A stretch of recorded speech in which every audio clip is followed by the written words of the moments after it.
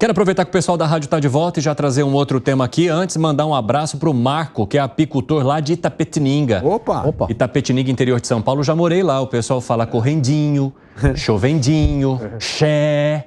Cidade boa aqui do interior de São Paulo, grandes produtores rurais por lá. Um abraço para vocês aí do interior de São Paulo, Itapetininga. E uma cooperativa do MST em São Paulo conseguiu captar 3 milhões junto ao mercado de capitais para financiar sua produção agropecuária e agroindustrial. Esse investimento foi obtido por meio da emissão de certificados de recebíveis do agronegócio, que é um instrumento que normalmente é usado por grandes produtores e companhias do setor, né? Esse valor arrecadado tem como destino a Cooperativa de Produção Agropecuária dos Assentados e Pequenos Produtores da região noroeste do estado de São Paulo, ali Andradina. Estima-se que cerca de 500 famílias de assentados e pequenos produtores estão sendo beneficiadas com esse investimento. Luiz Felipe Dávila, percebi que você estava interessado já em comentar esse tema. Há algum problema em cooperativas como essas também terem acesso a esse crédito para o desenvolvimento rural?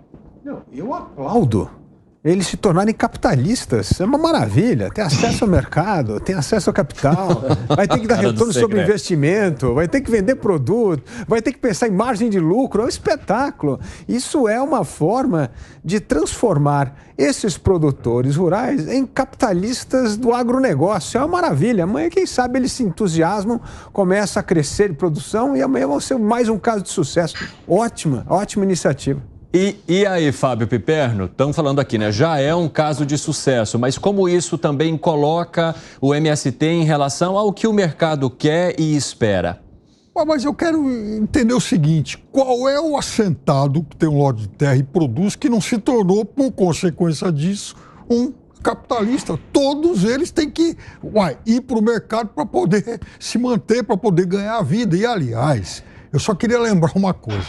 No começo do ano, houve até um grande evento, né, um fim de semana todo, aqui no Parque da Água Branca, em São Paulo, em que vários agricultores ligados ao MST foram, nesse evento, mostrar os seus produtos. Então, tinha lá, enfim, quem produz, por exemplo, sucos, o cara que produz umas verduras, o cara que produz carne, enfim. Isso deu, inclusive, naquele momento, uma dor de cabeça muito grande para o governador Tarcísio, porque o Parque da Água Branca pertence ao estado de São Paulo e tem muita gente, muitos setores mais radicais que ficaram inconformados com o fato de que esse local foi ter sido cedido para que o MST fosse fazer uma feira apresentando os seus produtos. Ótimo que seja assim. Alan Gani. Isso mostra como é que é o esquerdismo à brasileira, né? O esquerdismo à brasileira, Piperno, ele... Você está parafraseando o nosso amigo Piperno, né? Exatamente. Ele critica muito o livre mercado, o capitalismo, mas ele adora um celular último tipo. O esquerdismo à brasileira também, ele defende a socialização dos meios de produção no campo, o socialismo no campo, mas ele recorre ao mercado de capitais com instrumentos sofisticados, como um CRA, para captar 3 milhões de reais. Agora, a beleza do capitalismo é que você tem acesso a todo tipo de investidor. Você tem investidor maluco que topa, né, financiar o MST, mesmo que não vai ter retorno, né? Eu, Alan, não financiaria um grupo que não vai me dar retorno e que comete crimes no campo. Mas a beleza do capitalismo é justamente isso. Democratiza o acesso para todo mundo. Ainda vai botar um ESG lá. O direitismo radical, totalmente hardcore, ele acha que o esquerdismo fez voto de pobreza. Então, se o esquerdismo sai para o mercado para captar, para comprar produtos de bom nível, por exemplo, para se tornar líder na produção de arroz orgânico, aí ele, afinal de contas... Mas o esquerdismo aqui no Brasil fica criticando o livre mercado, fica criticando o capitalismo, faz discurso de classes o tempo inteiro, que para um ser rico, o outro tem que ser pobre, então acaba com esse discurso. Eu sei que você não faz isso, mas muita gente na esquerda faz isso. Gustavo Segre levantou a mão, quero te ouvir.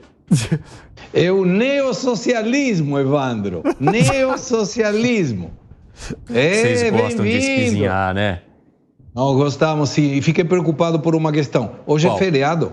É feriado. No Brasil é feriado.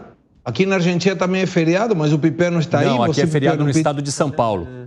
pediu autorização para estar aí para o sindicato ou o sindicato Olha, te liberou? Piperno. Eu nunca fui sindicalizado na vida. Ainda tem esse detalhe. Agora, eu quero dizer o seguinte. Um outro detalhe que eu esqueci, Segredo. Esse final de semana, eu acho que foi o Estado de São Paulo, enfim, um desses grandes jornais aí, publicou mais um... Portal UOL. Mais uma grande matéria sobre um tema que a gente já debateu aqui algumas vezes, que é aquela história do Instituto de Terras de São Paulo, que agora o governo de São Paulo está apressando as negociações, né, daquelas terras devolutas que foram ocupadas lá atrás há muito tempo, porque há uma ação no STF que pode, inclusive, paralisar as decisões que São Paulo adotou. E aí, Segredo?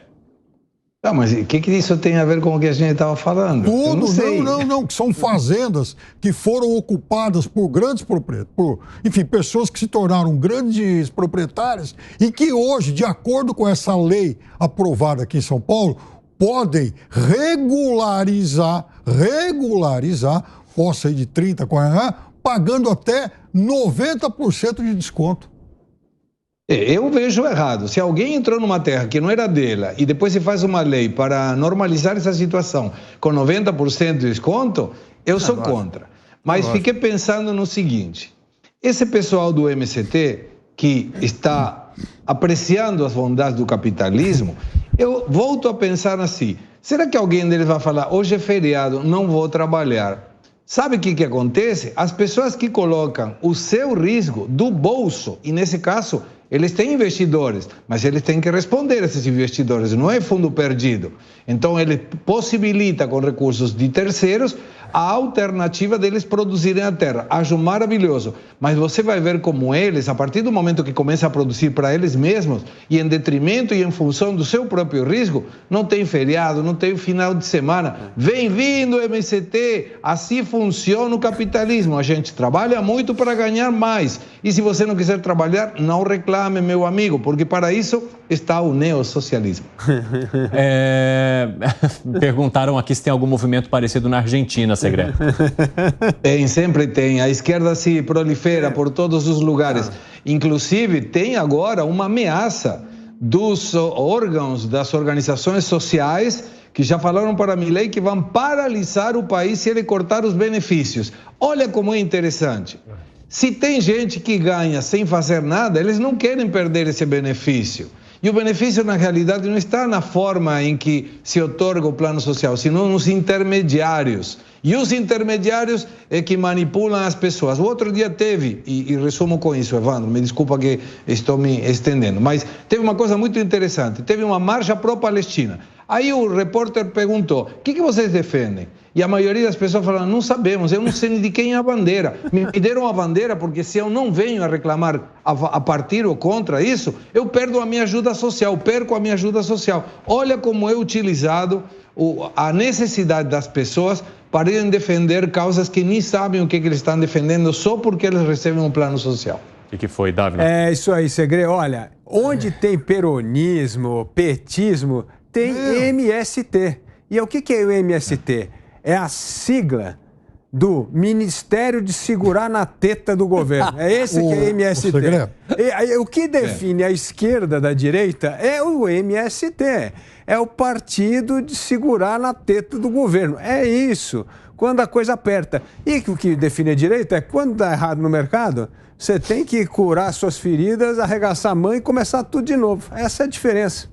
Mas aqui tem dois movimentos. Esses assentados, eles mostram mais uma vez que a propriedade é algo tão bom que ela tem que ser acessível a todos. Aí, é o pensamento socialista. Agora eu quero dizer o seguinte... É o pensamento socialista. Você sabe, Segredo, que eu estava fazendo uma pesquisa... É impossível isso. Eu estava fazendo uma pesquisa sobre um outro número nesse final de semana. Tudo que o Brasil arrecada com o ITR, nós estamos falando do 5º maior país do mundo, 8,5 milhões de quilômetros quadrados. É mais ou menos, é um pouco, aliás, é menos do que os bairros que estão aqui, que fazem parte da subprefeitura de Pinheiros, arrecadam com o PTU. Olha só que generosidade. Pois é. Então vamos rediscutir, vamos acabar com esse imposto, ou diminuir esse imposto, diminuindo o tamanho do Estado. Porque quando a gente bota imposto, gera esse tipo de distorção. O dinheiro não vai para as famílias, não vai para o produtor rural, vai para o MST, vai para burocrata, vai para político corrupto. É por isso. Quero um pouco mais de justiça. Como é que o cidadão que ele tem, por exemplo, um terreninho aqui na Vila Madalena, ele paga de IPTU por esse terreninho mais do que, por exemplo, alguém que tem lá uma imensa propriedade de soja. Não, Pipeno, é fácil explicar isso. É uma questão de oferta e demanda. Como que oferta e demanda? Você tem um lugar que você está longe, que tem hectares, você está num lugar em São Paulo que é cobiçado, que o metro quadrado é mais caro e paga mais. É isso, no mundo inteiro é isso. No mundo inteiro é isso. Estamos falando de propriedade que às vezes tem aí o alqueire custando hoje 300, 400 mil reais e está pagando um trocado de ITR. Aliás, ITR deveria ser abolido. Opa, que beleza. Por quê? Que beleza. Por que não? Ou seja, o baronato não quer pagar imposto. Não é não, pelo contrário. Opa, que coisa maravilhosa. Você tem que pagar imposto do que a terra produziu. Ali sim você vai pagar imposto. Você está tendo mais, a tua safra foi maior, você vai vender mais, mas vai pagar mais imposto. É em cima da produção. Não é imobilização do capital, está correto. Deveria acabar com o ITR total e, como sempre, fazer com que aquele que produz mais pague mais. É esse o sucesso do capitalismo.